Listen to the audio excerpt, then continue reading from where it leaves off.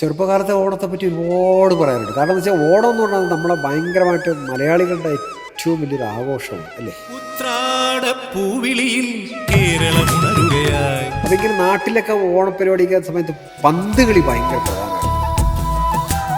തിരുവോണത്തിൻ്റെ അന്ന് റോഡിൽ നാട്ടുകാരെല്ലാം കൂടെ ചേർന്ന് സെറ്റായിട്ട് പന്ത് കളിയാണ്. അപ്പോൾ ഏറ്റവും വലിയ രസം എന്ന് പറഞ്ഞാൽ അന്ന് അച്ഛനും കൊച്ചനും എന്ന് വെച്ചാൽ മുതിർന്ന ആൾക്കാർ അമ്മാവന്മാരെല്ലാവരും കൂടെ ചേർന്നാണ് പന്ത് കളിക്കുന്നത്. പൂക്കളോട്ടുള്ള ഭയങ്കര ക്രൈസായിരുന്നു. ഞാൻ പൂക്കളോട്ടാ പോയി ഒരുപാട് കഥകളുണ്ട്. എത്ര വീട്ടിൽ പോയി പട്ടിയുടെ കട്ടിയോട്ട് ഓടിപ്പോയി ഓറിക്കാൻ പോയിട്ട് ഒരു വീടിൻ്റെ മതിലിൻ്റെ മുകളിൽ കയറിയിട്ട് ഞാനും മതിലും അടക്കം താഴെ വീട് പോയിട്ടുണ്ട്. ഒന്നാം ഓണത്തിൻ്റെ തലേ ദിവസമേ അവിടെ എത്തി എല്ലാവരും കൂടെ ഒരുമിച്ചിരുന്ന് കറിക്കരിയുക, പൂക്കളം ഒരുക്കുക, ഊഞ്ഞാല് കെട്ടുക. അങ്ങനെ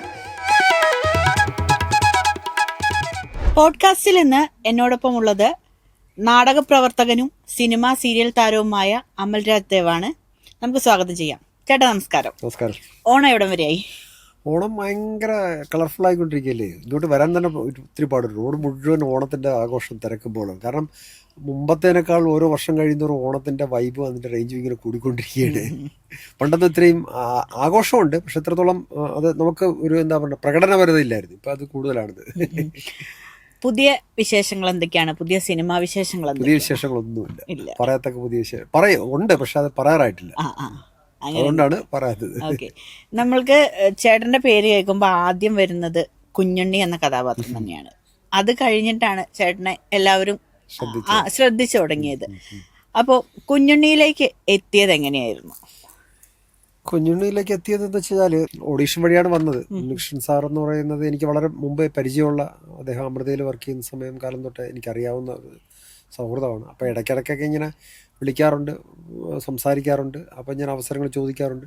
പക്ഷെ പലപ്പോഴും അതിങ്ങനെ നീണ്ടു പോയി. അങ്ങനെ വളരെ യാദൃശ്ചികമായിട്ട് കോവിഡ് സമയത്താണ് എനിക്ക് ഒരു കോള് വരുന്നത്. ഇങ്ങനൊരു പ്രൊജക്റ്റുണ്ട്. അപ്പോൾ എന്നോട് ചോദിച്ചു താടിയെ കൊണ്ടുവന്ന് ചോദിച്ചു. ഞാൻ പറഞ്ഞു താടി ഞാൻ അന്നേരം മാലിക്ക് കഴിഞ്ഞ് നിൽക്കുന്ന സമയമാണ്, താടിയില്ല. എന്നാൽ ഇനി ഷേവ് ചെയ്യേണ്ട, അത് വെച്ചോളൂ. അപ്പം പുള്ളി വിളിച്ചിട്ടൊരു ചാനലിൽ നിന്ന് വിളിക്കും, ബാക്കി ഒഫീഷ്യലായിട്ടുള്ള കാര്യങ്ങളൊക്കെ അവർ സംസാരിക്കും. അങ്ങനെ പറഞ്ഞ് ഞാൻ കൊച്ചിയിൽ ഒരു ഓഡീഷന് വന്ന സമയത്താണ് ഞാൻ അങ്ങനെയാണ് ചക്കപ്പഴത്തിലേക്ക് ഇന്നാവുന്നത്. അപ്പോഴും ഇങ്ങനത്തെ ഒരു പ്രോഗ്രാമാണെന്നും ഇങ്ങനത്തെ ഒരു ബാക്ക്ഗ്രൗണ്ട് ആണെന്നൊന്നും എനിക്കറിയില്ലായിരുന്നു. ഒന്നാമത് പുള്ളി ഒന്നും വിട്ടു പറയില്ല. അപ്പം നമുക്കും അറിയില്ല എന്താണ് ഇങ്ങനെയാണ്. കാരണം സിറ്റ്കോം ഞാൻ ആദ്യമായിട്ടാണ് ചെയ്തത്. അതിന് മുമ്പ് സീരിയൽ ചെയ്തിട്ടുണ്ടെങ്കിൽ സിറ്റ്കോം ഫസ്റ്റ് ടൈമാണ്. പക്ഷെ അതൊരു ഡിഫറെന്റ് എക്സ്പീരിയൻസ് തന്നെയാണ്. അങ്ങനെയാണ് ചക്കപ്പഴത്തിലേക്ക് ഇന്നായത്. ചക്കപ്പഴത്തിലെ മറക്കാൻ പറ്റാത്ത കുറെ അനുഭവങ്ങൾ ഉണ്ടാകും, അതൊന്ന് പറയോ? ഒരുപാട് അനുഭവങ്ങളുണ്ട്. കാരണം അതെന്ന് പറഞ്ഞാൽ അതൊരു ലൈഫായിരുന്നു. കാരണം ഒന്ന്, നമ്മൾ ആ വീട്ടിലുള്ള 12 പേരും ശരിക്കും ഒരു ഫാമിലി പോലെ. അച്ഛൻ, അമ്മ, മക്കള്, കൊച്ചുമക്കള് ഒക്കെ പറയുന്നത് ഒരു ഫാമിലി പോലെ. അപ്പം പുറത്ത് നമ്മൾ ഔട്ട് ഓഫ് ഷൂട്ടാണെങ്കിൽ പോലും നമ്മളെല്ലാവരും വിളിക്കുന്നത് പോലും അച്ഛ, അനിയ, ചേട്ട എന്നൊക്കെ തന്നെയാണ്. ആ റിലേഷൻ അത് തുടക്കത്തിൽ സാർ അത് വളരെ കർശനമായിട്ട് അത്തരം കാര്യങ്ങൾ പറഞ്ഞിരുന്നു. അപ്പോൾ അതുകൊണ്ട് തന്നെ ഭയങ്കരമായിട്ട് രസകരമായിട്ടാണ് പോയത്. ഒരുപാട് സംഭവങ്ങളുണ്ട്, മറക്കാൻ പറ്റാത്ത ഒരുപാട്. തീർച്ചയായിട്ടും കണക്ഷൻസ് ഉണ്ട്, വിളിക്കാറുണ്ട്, ചില ആൾക്കാരെ കാണാറുണ്ട്. അതിനുശേഷം ഞാനും സബീറ്റയുമായിട്ട് ഒരു വർക്ക് ചെയ്തു, ഞാനും അർജുനുമായിട്ട് ഒരു വർക്ക് ചെയ്തിരുന്നു. അങ്ങനെ കാണാറുണ്ട്, എല്ലാവരുമായിട്ടൊക്കെ കാണാറുണ്ട്. കാണൽ കുറവാണെങ്കിലും നമ്മൾ സോഷ്യൽ മീഡിയ, വാട്സപ്പ് വഴിയൊക്കെ സ്ഥിരം കോണ്ടാക്ട്സ് ഉണ്ട്. സ്കൂൾ ഓഫ് ഡ്രാമയിലെ പഠനത്തിന് ശേഷമാണ് ചേട്ടൻ അഭിനയത്തിലോട്ട് ഇറങ്ങുന്നത്, അല്ലെങ്കിൽ നാടകമാണെങ്കിലും സിനിമ സീരിയലാണെങ്കിലും. അപ്പം സ്കൂൾ ഓഫ് ഡ്രാമയിലോട്ട് എത്തണം, അല്ലെങ്കിൽ എൻ്റെ വഴി അഭിനയമാണ് എന്ന് തോന്നിയത് എപ്പോൾ മുതലാണ്? അത് 4ാം ക്ലാസ്സിൽ തുടങ്ങിയത്. 4ാം ക്ലാസ്സിലാണ് ഞാൻ ആദ്യമായിട്ട് നാടകത്തിൽ അഭിനയിക്കുന്നത്. അന്ന് ഞാൻ പഠിച്ച സ്കൂളിൻ്റെ ആനുവൽ ഡേ സെലിബ്രേഷന് വേണ്ടിയിട്ട് ഒരു ചെറിയൊരു നാടകം. അപ്പോൾ അന്ന് കുട്ടികളൊക്കെ എടുക്കുന്ന നാടകങ്ങളൊന്നും ഇന്നത്തെ പോലെ ഉള്ള സബ്ജക്റ്റുകളൊന്നുമില്ല. ഈ മുതലാളി തൊഴിലാളി ബന്ധങ്ങളും അച്ഛ അമ്മ കഥാപാത്രങ്ങളൊക്കെയാണ്. അപ്പോൾ അതിലൊരു പക്കാ വില്ലൻ ക്യാരക്ടറാണ് ഞാൻ ആദ്യത്തെ നാടകത്തിൽ അഭിനയിച്ചത്. അപ്പോൾ ആ നാടകത്തിന് സ്കൂളിൽ നിന്ന് സമ്മാനം കിട്ടുന്നു, അത് സ്റ്റേറ്റ് ലെവലിൽ പോയി കളിക്കുന്നു. അപ്പോൾ ഇത് കൊള്ളാമല്ലോ ഈ പരിപാടി എന്ന് എനിക്ക് തോന്നലുണ്ടായി. അങ്ങനെ ഞാനിത് വീട്ടിൽ പറഞ്ഞു. അപ്പോൾ അച്ഛനാണ് എന്നെ ശരിക്കും തിയേറ്ററിലേക്ക്, ആദ്യത്തെ നാടകത്തിലേക്ക് എന്നെ മോണാക്ട് പഠിപ്പിക്കുന്നത്, നാടകം പഠിപ്പിക്കുന്നത്. എൻ്റെ ഫസ്റ്റ് ഗുരു എന്ന് വേണമെങ്കിൽ പറയാം. അദ്ദേഹമാണ്. അച്ഛൻ ബാക്ക്ഗ്രൗണ്ട്. അച്ഛൻ ആയുർവേദ ഡോക്ടറാണ്. പക്ഷെ അച്ഛൻ കോളേജ് പഠിക്കുന്ന സമയത്ത് ഒരുപാട് പ്രസംഗ മത്സരം, അങ്ങനെയുള്ള സാഹിത്യ മത്സരങ്ങൾ, പിന്നെ അതുപോലെ തന്നെ മോണോ ആക്ട്, നാടകമൊക്കെ അച്ഛൻ അഭിനയിച്ചിരുന്നു. അപ്പോൾ അച്ഛനാണ് എന്നെ ശരിക്കും ഗൈഡ് ചെയ്തത്. എൻ്റെ ഒരു റൂട്ടും ലൈറ്റും ഒക്കെ അച്ഛനായിരുന്നു. അപ്പോൾ അങ്ങനെ നാടകത്തിൽ 4ാം ക്ലാസ്സിൽ ചെയ്തു. അപ്പോൾ അടുത്ത വർഷം ചെയ്തു. പിന്നെ വർഷാവർഷങ്ങൾ സ്കൂൾ നാടകങ്ങൾ ചെയ്യും. ഞാനൊരു 6ാം ക്ലാസ് ആയപ്പോൾ ഞാനൊരു ഗവൺമെൻറ് സ്കൂളിലേക്ക് മാറി. എനിക്ക് കുറച്ചുകൂടെ എനിക്ക് തോന്നിയത് ഞാനന്ന് പഠിച്ചത് ഒരു ഇംഗ്ലീഷ് മീഡിയം സ്കൂളാണ്. അപ്പോൾ ഇംഗ്ലീഷ് മീഡിയം സ്കൂളിൽ ഞാൻ പഠിക്കുന്ന CBSE സിലബസിൽ അന്നത്തെ കാലത്ത് ആകെ ഉണ്ടാകുന്ന ഒരു സ്റ്റേറ്റ് ലെവലിൽ പോകുന്ന ഒരു കോമ്പറ്റീഷൻ മാത്രമേ, കുറച്ച് ഓപ്പർച്യൂണിറ്റീസ് വളരെ കുറവാണ്. അപ്പം എനിക്ക് കൂടുതൽ കലയും അതുമായി ബന്ധപ്പെട്ട വിഷയങ്ങൾ താല്പര്യമായതുകൊണ്ട് ഞാൻ പതുക്കെ വീട്ടിൽ ഈ പ്രപ്പോസൽ വെച്ചു. അങ്ങനെ ചെറിയ വാശികളൊക്കെ കാണിച്ചു. അവൻ അവസാനം അപ്പം എൻ്റെ വീട്ടിനടുത്തുള്ള ഒരു സർക്കാർ സ്കൂളിലാണ് ഞാൻ പോയത്. പക്ഷെ അത് ഞാൻ പോയത് ഒട്ടും തെറ്റായി പോയില്ല. കാരണം അതൊരു വലിയൊരു പാഠമായിരുന്നു. അവിടെ നിന്ന് ഒരുപാട് അവസരങ്ങൾ കിട്ടി. അവിടുത്തെ ടീച്ചേഴ്സും കൂടെ പഠിച്ചവരൊക്കെ ഒരുപാട് സപ്പോർട്ട് ചെയ്ത് ഒരുപാട് മത്സരങ്ങളിൽ ജില്ലാ സംസ്ഥാന മത്സരങ്ങളൊക്കെ പങ്കെടുക്കാൻ പറ്റി. പിന്നെ അങ്ങനെയാണ് ഗ്രാജുവലി ഡെവലപ്പ് ചെയ്ത് വന്നത്. അപ്പോൾ കുറച്ച് പ്രീഡിഗ്രിയൊക്കെ ആയപ്പം എനിക്ക് തോന്നി ഇതാണ് എൻ്റെ ഒരു റൂട്ട്, ഒരു ഉൾവെളിച്ചം അല്ലെങ്കിൽ തിരിച്ചറിവൊക്കെ ഉണ്ടായത്. പിന്നെ ഓരോ നാടകങ്ങൾ കാണുമ്പോഴും ഓരോ നാടകങ്ങൾക്ക് സമ്മാനം കിട്ടുമ്പോഴും നമുക്ക് കൂടുതൽ കോൺഫിഡൻസ് ആയി. ഇതാണ് വഴി എന്നുള്ള രീതിയിൽ അങ്ങനെ ഞാൻ നാടകങ്ങളെക്കുറിച്ച് കൂടുതൽ അറിഞ്ഞു. തിരുവനന്തപുരത്ത് അഭിനയ എന്ന് പറഞ്ഞൊരു തിയേറ്റർ ഗ്രൂപ്പുണ്ട്, അവരുമായിട്ട് അസോസിയേറ്റ് ചെയ്തു. അതിനു മുമ്പ് നാടകയോഗം എന്ന് പറഞ്ഞ സംഘം ഉണ്ടായിരുന്നു. പിന്നെ പരിഷത്തിൻ്റെ കലാജാഥകളിലൊക്കെ പങ്കെടുത്തു. അങ്ങനെ കൂടുതൽ തിയേറ്ററിലേക്കൊക്കെ സജീവമായി. ഈ അഭിനയയിൽ പോയെന്ന സമയത്താണ് സ്കൂൾ ഓഫ് ഡ്രാമയെക്കുറിച്ചൊക്കെ അറിയുന്നത്. അങ്ങനെ തിരുവനന്തപുരത്ത് നടന്ന PRD ഫെസ്റ്റിവലിൽ ഞാൻ അവരുടെ ഒരു പ്ലേ കാണുന്നുണ്ട്, ആ മനുഷ്യൻ നീ തന്നെ എന്ന് പറഞ്ഞു. ആ പ്ലേയും കൂടെ കണ്ടപ്പം നമ്മുടെ കിളി പറന്നു. അപ്പോൾ അതൊരു ഭയങ്കര എക്സ്പീരിയൻസ് ആയിരുന്നു. അന്നത്തെ ഒരു പ്രായത്തിൽ നമ്മൾ ആ ഒരു പ്ലേ ഒക്കെ കണ്ട സമയത്ത് പോയി പഠിക്കണം എന്നുള്ളൊരു തീവ്രമായിട്ടുള്ളൊരു ആഗ്രഹം ഉള്ളിലുണ്ടായി. ഞാനത് വീട്ടിൽ അവതരിപ്പിച്ചപ്പോൾ സ്വാഭാവികമായി എല്ലാ പാരൻസിനും ഉണ്ടാകുന്ന ഒരു കൺസേൺ, ഇവൻ സ്കൂൾ ഓഫ് ഡ്രാമ പോയി നാടകമൊക്കെ പഠിച്ചിട്ട് എന്ത് ചെയ്യാനാ അല്ലേ? കാരണം നമ്മുടെ ഒരു ഭൗതിക സാഹചര്യം കൊണ്ടാണല്ലോ കേരളത്തിൽ അന്നത്തെ കാലത്തൊക്കെ. അപ്പം ആശങ്ക ഉണ്ടായിരുന്നു. പക്ഷെ അച്ഛൻ പറഞ്ഞു നിന്റെ ഇഷ്ടം ഏതാണെന്ന് വെച്ച് കഴിഞ്ഞാൽ നീ തിരഞ്ഞെടുക്കണം, പക്ഷെ നാളെ ഒരിക്കലും നിനക്ക് അതിനെക്കുറിച്ചൊരു റീതിങ്കിങ് ഉണ്ടാവരുത്. അങ്ങനെ അതുകൊണ്ട് നിന്റെ വഴി നീ തിരഞ്ഞെടുക്കുക എന്ന് പറഞ്ഞു. അപ്പം പിന്നെ നമുക്ക് കുറച്ചുകൂടി ഉത്തരവാദിത്തമായി. കാരണം നമ്മളൊരാളെ വിശ്വസിച്ചേൽപ്പിക്കുമ്പോൾ ആ വിശ്വാസം തെറ്റിക്കാൻ പാടില്ലല്ലോ. അങ്ങനെ ഞാൻ കൂടുതൽ അറിയുകയും അതിനെക്കുറിച്ച് മനസ്സിലാക്കുകയും ചെയ്തു. പക്ഷെ അവിടെ പോയപ്പോഴാണ് സാറേ എന്ന് പറയുന്നത് പോലെ ഞാൻ അതുവരെ ചെയ്തതും പഠിച്ചതും കണ്ടതും ഒന്നുമല്ല നാടകം. അപ്പം മറ്റത് ബെസ്റ്റ് ആക്ടറും അവിടെ മത്സരങ്ങളും ഒക്കെ കഴിഞ്ഞ് അതിൻ്റെ ഒരു ഇതിലാണ് പോകുന്നത്.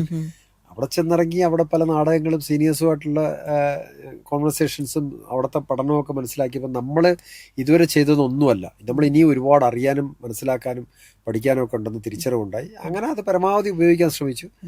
അതുകൊണ്ട് അതാണ് തിരിച്ചും സ്കൂൾ ഓഫ് ഡ്രാമയാണ് എന്നെ ശരിക്കും ഒരു നടനാക്കിയത്, അല്ലെങ്കിൽ കൂടുതൽ കോൺഫിഡൻസ് ഉണ്ടാക്കിയത്, ഒരു മനുഷ്യനാക്കിയതൊക്കെ സ്കൂൾ ഓഫ് ഡ്രാമയിൽ ഒരു അന്തരീക്ഷം. നമ്മളെയൊക്കെ ഒരു ചെറുപ്പത്തില് ഈ നാടകങ്ങൾ എന്ന് പറയുന്ന ഉത്സവ പറമ്പുകളിലും ഒക്കെ കളിക്കുന്ന നാടകങ്ങളുണ്ട്. അതായത് ഒരു മാസത്തോളം എവിടെയെങ്കിലും ഒരു ക്യാമ്പ് ചെയ്ത് പിന്നെ ഒരു വീട്ടിലായിരിക്കും അവര് ഉള്ളത് കൊണ്ട് ഭക്ഷണം കഴിച്ച് എല്ലാവരും കൂടി, അങ്ങനത്തെ ഒരു എക്സ്പീരിയൻസ് ഒക്കെ ചേട്ടൻ ഉണ്ടായിരുന്നുണ്ടോ?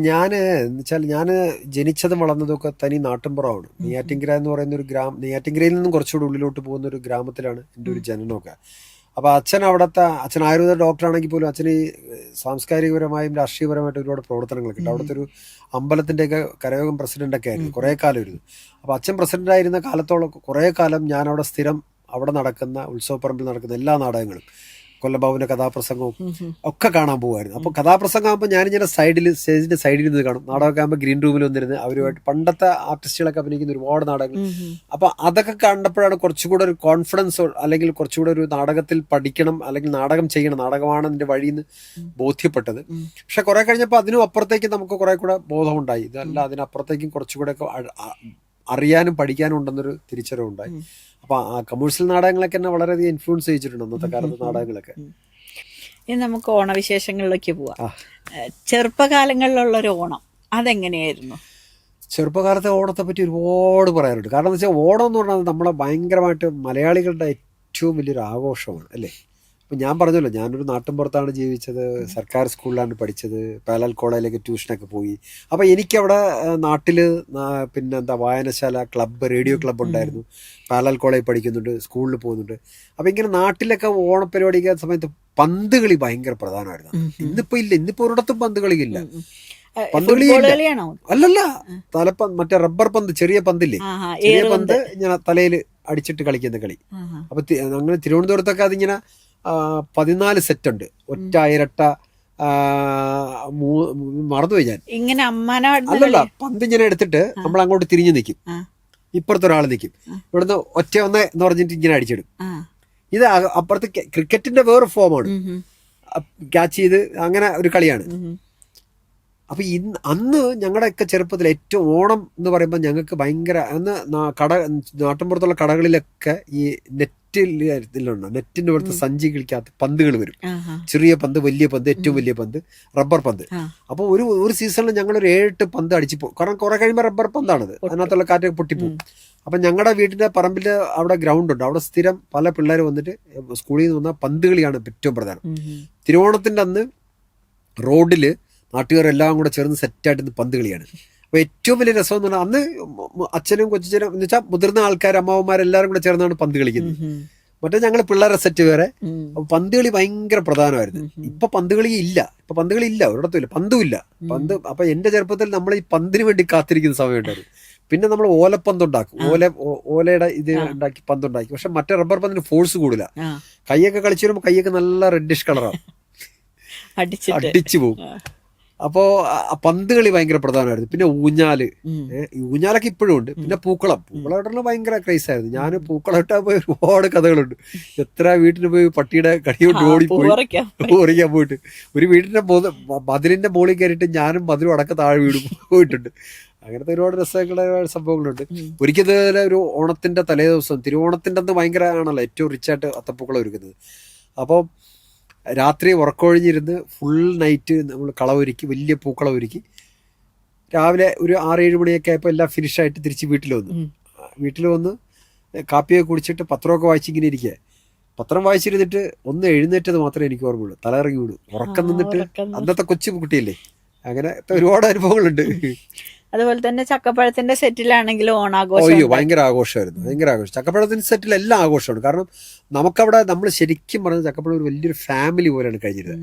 ഒന്ന് ഈ നമ്മുടെ മലയാളികളുടെ എല്ലാ ആഘോഷങ്ങളും, ഓണം, വിഷു, ക്രിസ്മസ്, ദീപാവലി എല്ലാം എപ്പിസോഡ് വൈസ് നമ്മൾ ആഘോഷിക്കും. പിന്നെ അവിടെ നമ്മളൊരു ഫാമിലി എന്ന് പറയാൻ കാരണം നമ്മൾ ആർട്ടിസ്റ്റുകളായാലും ടെക്നീഷ്യൻസുമാരായാലും എല്ലാം നമ്മൾ ഉച്ചയ്ക്ക് ഊണ് കഴിഞ്ഞ് എല്ലാവരും കൂടെ ഒരുമിച്ച് നിരന്ന് കിടന്നുറങ്ങും. പിന്നെ ആരുടെയെങ്കിലും ബർത്ത്ഡേ ഉണ്ടെങ്കിൽ നമ്മൾ കേക്ക് കെട്ടിയും ഗിഫ്റ്റ് അങ്ങോട്ട് കൊടുക്കും.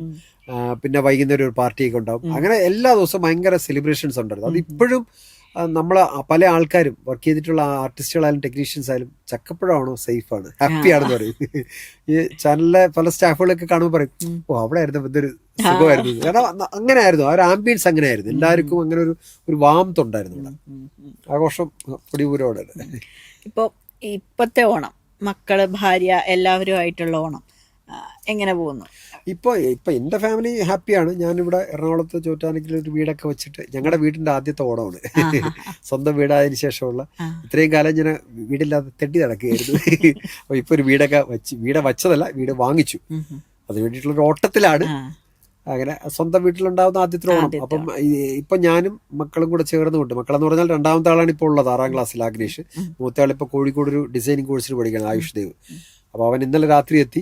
അപ്പൊ ഞാനും രണ്ടാമത്തെ മോനും കൂടെയാണ് അത്തപ്പൂക്കളമൊക്കെ ഇടുന്നത്. അങ്ങനെ പൂക്കളം 10 ദിവസം ഇടുന്നുണ്ട്. അങ്ങനെ സദ്യവട്ടങ്ങളൊക്കെ എങ്ങനെ? സദ്യവട്ടങ്ങള് ഞങ്ങള് ഒരു 3-4 വർഷമായിട്ട്, ഞാൻ എറണാകുളത്ത് വന്നതിന് ശേഷം ഞങ്ങളൊരു 3-4 ഫാമിലി വളരെ ഒരു കുടുംബം പോലെയാണ്. ഞാൻ ഈ രാജേഷ് ശർമ്മയും വൈഫും മോളും ശർമ്മയും ഞാനും കൂടെയാണ് ശുദ്ധമൂത്രം കളിക്കുന്നത്. പിന്നെ അതുപോലെ തന്നെ അബയ് എന്ന് പറഞ്ഞ നമ്മുടെ ഒരു പയ്യനുണ്ട്, അവന്റെ ഫാമിലി, അമ്മയും. അപ്പൊ ഓണത്തിന് കഴിഞ്ഞ വർഷം ഞങ്ങൾ ശർമ്മയുടെ അവിടെയാണ് എല്ലാവരും കൂടെ കൂടിയിരുന്നത്. അപ്പൊ അങ്ങനെ ഓരോ വർഷവും ഓരോ ഓണത്തിനും ഓരോ സ്ഥലത്ത് കൂടും. അപ്പൊ ന്യൂ ഇയറും ഓണത്തിനും ഞങ്ങൾ എല്ലാവരും കൂടെ, ഞങ്ങളുടെ ഈ 3 ഫാമിലിയും കൂടെ ഭയങ്കരമായിട്ട് കൂടാറുണ്ട്. അപ്പൊ ഇത്തവണ അങ്ങനെ ആയിരിക്കും. അപ്പൊ എല്ലാവരും കൂടെ ഒരുമിച്ച് ചേർന്ന്. അപ്പൊ പണ്ട് എന്റെ ചെറുപ്പത്തിലേക്ക് എന്ന് പറഞ്ഞത് അമ്മയുടെ കുടുംബ വീട് വെഞ്ഞാറമൂടാണ്.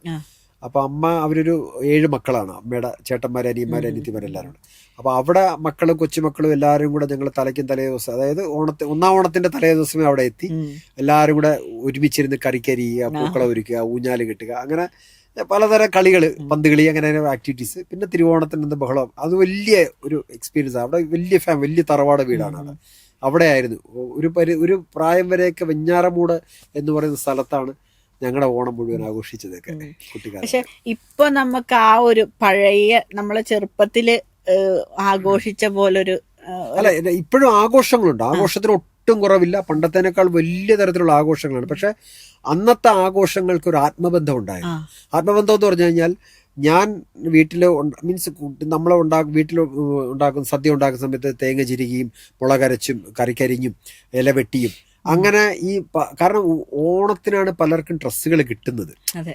ഗിഫ്റ്റുകൾ കാണുന്നത്. അത് മറ്റേ മൊബൈൽ ഫോണൊന്നും ഇല്ലല്ലോ. അപ്പൊ ഈ കാണുന്നത് പോലും ചിലപ്പോൾ ഒരു വർഷം അടുത്ത ഓണത്തിനായിരിക്കും ബന്ധുക്കളെയൊക്കെ കാണുന്നത്. അപ്പൊ എല്ലാവരെയും കാണാൻ പറ്റും, ഒരുപാട് വിശേഷങ്ങൾ പറയാൻ പറ്റും. പിന്നെ എല്ലാവരും കൂടി ഒരുമിച്ചിരുന്ന് പല കാര്യങ്ങൾ ചെയ്യും. അപ്പോൾ കുടുംബങ്ങളിൽ അംഗങ്ങൾ തമ്മിലുണ്ടായിരുന്ന ഒരു വാംത്ത് വല്ലാണ്ട് ഉണ്ട്. ഇപ്പോ എന്ന് പറഞ്ഞത് ഇപ്പൊ എല്ലാവരും തിരക്കാണ്. ഒരു വീട്ടില് 4 പേരുണ്ട്, 4 പേരും 4 സമയത്തായിരിക്കും വീട്ടിൽ വന്ന് കയറുന്നത്, 4 സമയത്തായിരിക്കും ഭക്ഷണം കഴിക്കുന്നത്, 4 റൂമിലായിരിക്കും കിടന്നുറങ്ങുന്നത്. കാരണം ജീവിതത്തിന്റെ തിരക്കുകൾ അങ്ങനെയാണ് ഓടിക്കൊണ്ടിരിക്കുന്നത്. എന്നിട്ട് പോലും നമുക്ക് മര്യാദയ്ക്ക് കഴിയാൻ പറ്റാത്ത അവസ്ഥയാണ് ഇപ്പം. അപ്പൊ അതുകൊണ്ട് തന്നെ ഇപ്പൊ ഒരുമിച്ചിരുന്ന് ഭക്ഷണം ഉണ്ടാക്കാനോ ഒരുമിച്ച് കൂടാനൊന്നും ആർക്കും സമയമില്ല. അപ്പൊ എന്ത് ചെയ്യും, സദ്യ എവിടെന്നെങ്കിലും കാറ്ററിംഗ് ഗ്രൂപ്പുകാരെ ഏൽപ്പിക്കും. നമ്മൾ വീട്ടിലുണ്ടാക്കുന്ന മെനക്കേടുകളില്ല. കാരണം മെനക്കേടില്ലെന്ന് മാത്രമല്ല, ഇത്തിരി സാധനങ്ങൾ കളക്ട് ചെയ്യണം, പോയി വാങ്ങണം. പണ്ടത്തെ പോലെ സൗകര്യങ്ങളൊന്നുമില്ല, ഇല കിട്ടാറില്ല, അങ്ങനെ പല പ്രശ്നങ്ങളൊക്കെ ഉണ്ടാവും. പൂക്കളം പോലും ഇപ്പോൾ റെഡിമെയ്ഡാണ്, ഇപ്പോൾ ഈവൻ മാനേജ്മെൻറ്റാണല്ലോ.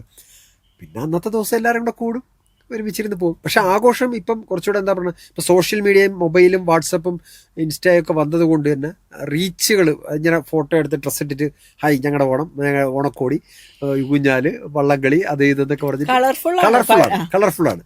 പണ്ടത്ര കളർഫുൾ ഇല്ലായിരുന്നു. പക്ഷെ ആ കളർഫുൾ ഇല്ലെങ്കിൽ അതിനകത്തൊരു തൃപ്തി, ഓർമ്മയുണ്ടായിരുന്നു, സന്തോഷം ഉണ്ടായിരുന്നു, ഒരു വാംത്ത് ഉണ്ടായിരുന്നു.